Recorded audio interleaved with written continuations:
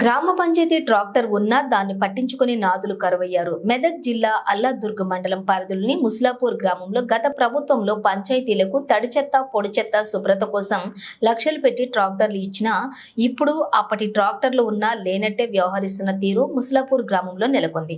కొన్ని రోజుల నుండి ఆ ట్రాక్టర్ రిపేర్ కావడం వల్ల రిపేర్ చేయించే నాదులు కరువయ్యారు. ఇప్పటికైనా అధికారులు స్పందించి ముస్లాపూర్ గ్రామ పంచాయతీ ట్రాక్టర్ ను మరమ్మతులు చేయించి ప్రజల అవస్థలు తీర్చాలని గ్రామస్తులు కోరుతున్నారు.